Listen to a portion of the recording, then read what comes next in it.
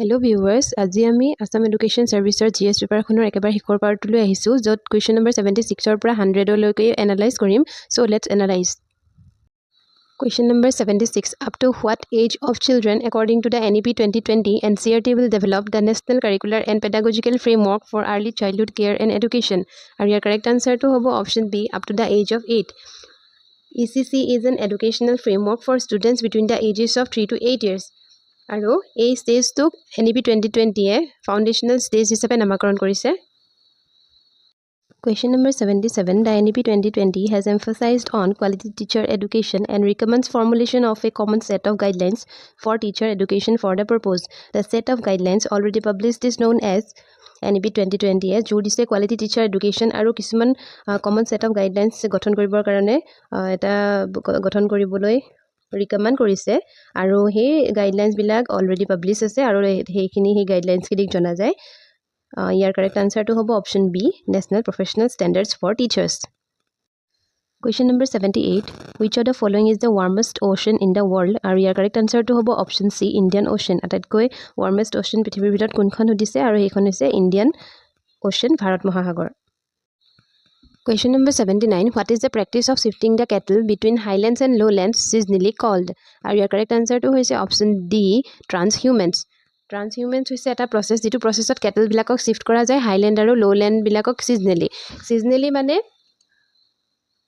mountains লৈ shift কৰা যায় during summer season আৰু plain areas লৈ শিফট কৰা যায় during winter season কাৰণ summersত plain বিলাক বহুত বেছি গৰম হৈ যায় সেই কাৰণে mountains area লৈ যোৱা হয় আৰু wintersত হেই আকৌ শিফট কৰা যায় plain areas লৈ কাৰণ winterত mountains ৰাখিব পৰা সুবিধা নাথাকে বা গ্ৰেজিং কৰাব পৰা সুবিধা নাথাকে সেই কাৰণে শিফট কৰা যায় plain areas লৈ এই প্ৰসেসটো যেটো শিফট কৰি থকা হয় এই শিফট কৰি থকা প্ৰসেসটোকে transhumance বুলি জনা যায় Question number 80 Consider the following 1 foreign direct investment 2 foreign institutional investment 3 American depository receipts 4 global depository receipts in the context of the sources of the foreign exchange reserves which among the above are placed under portfolio investment ওপৰত যিকেটা সোৰ্সেস of foreign exchange ৰিজাৰ্ভছৰ বিষয়ে দিয়া হৈছে হেকিটা কোন কেটা পোৰ্টফোলিও ইনভেষ্টমেন্টত পৰে হেতু দিছে আৰু আমি যদি পোৰ্টফোলিও ইনভেষ্টমেন্টৰ বিষয়ে বুজো তেতিয়া হলে আমি বুজিম যে এটো হৈছে এটা গ্ৰুপ অফ ইনভেস্টৰ্স যোনে ইনভেষ্টমেন্ট কৰে in securities including shares government bonds convertible সিকিউৰিটিজ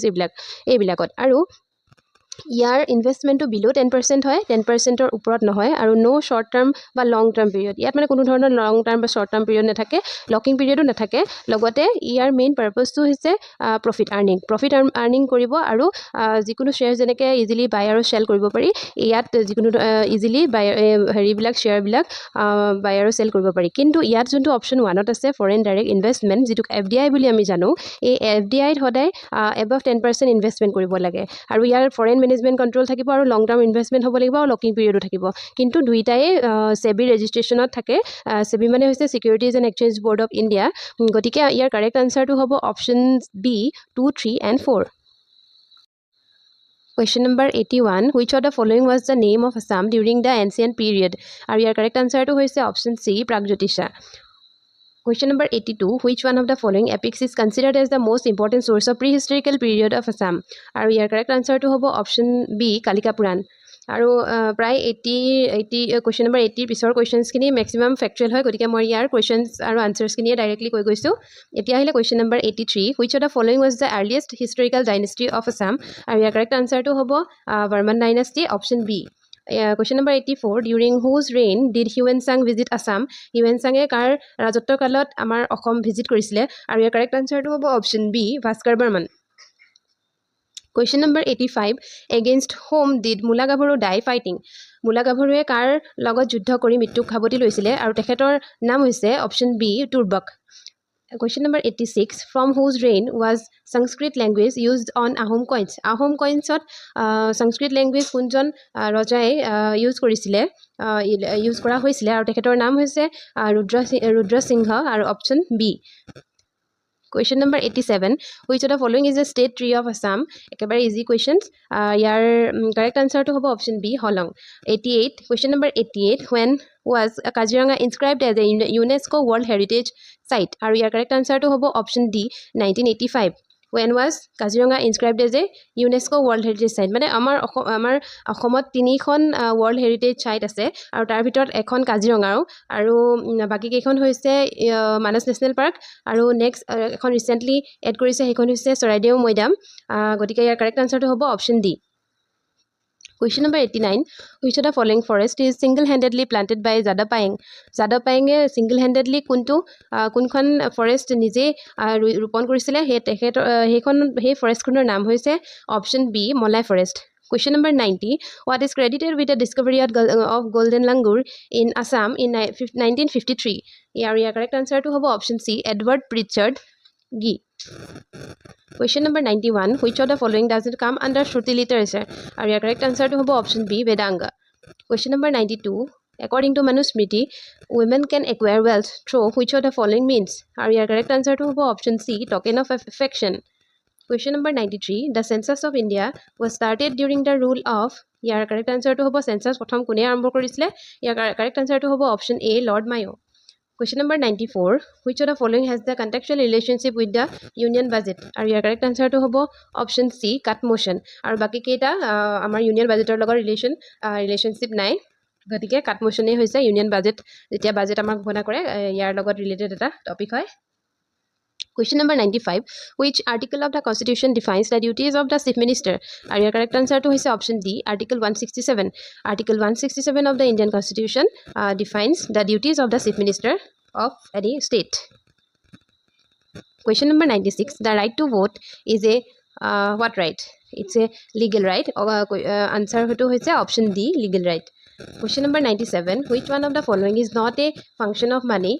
Function of money পইচাৰ ফাংশন নহয় বুলি কৈছে আৰু ইয়াৰ বাকি যদি আমি বাকি কেটা যদি কাৰেক্ট যোন কেটা ফাংশন হয় হে কেটা যদি আমি বিচাৰি উলিয়াও বাকি যোনটো ভুল হেতু উলাই পৰিব অপশন 8 আছে it acts as an intermediary in the process of exchange হয় আমি ইন্টাৰমিডিয়েৰি হিচাপে ইউজ কৰো এক্সচেঞ্জ যিকোনো বস্তু এক্সচেঞ্জত আমি পইচা মানিটো আমি ইন্টাৰমিডিয়েৰি হিচাপে ইউজ কৰো হেতু হয় ইয়াৰ হেতু নহয় গতিকে আমি সেকেন্ড অপশন লৈ আহো it acts as a store of value হয় এই ভ্যালু ষ্ট'ৰ কৰে এটো হয় এটো মানিৰে ফাংশন তাৰপিছত আহিব option C it used as a unit of account একাউণ্টৰ ইউনিটো হয় গতিকে একেটা যদি শুদ্ধ হয় গতিকে অপশন ডি লৈ যদি যাওঁ তেতিয়াহ'লে এটো ভুল হ'ব it used for regulating consumption এটো ভুল ষ্টেটমেণ্ট গতিকে ইয়াৰ কাৰেক্ট আনসাৰটো হ'ব option D it used for regulating consumption Question number 98. Stagflation is a phenomena which is characterized by simultaneous presence of. Your correct answer to hobo stagnation and inflation option D. Question number 99. Under the NEP 2020, Parak has been proposed as the National Assessment Center. What does the letter R stand for in Parak? Parak mane ki your full form to hoise performance assessment review and analysis of knowledge for holistic development. Gotike ami yat palu je R for review. Gotike your correct answer to hobo option C review. Question number 100. The last question of this question paper. The TV channel launched for covering only the engineering and technology subjects is known as eta TV channel jitu launch kora hoise engineering and technology related subjects bilakor uporot hetu hei channel tur naam hoise option A Ekalabya. Thank you for joining with me.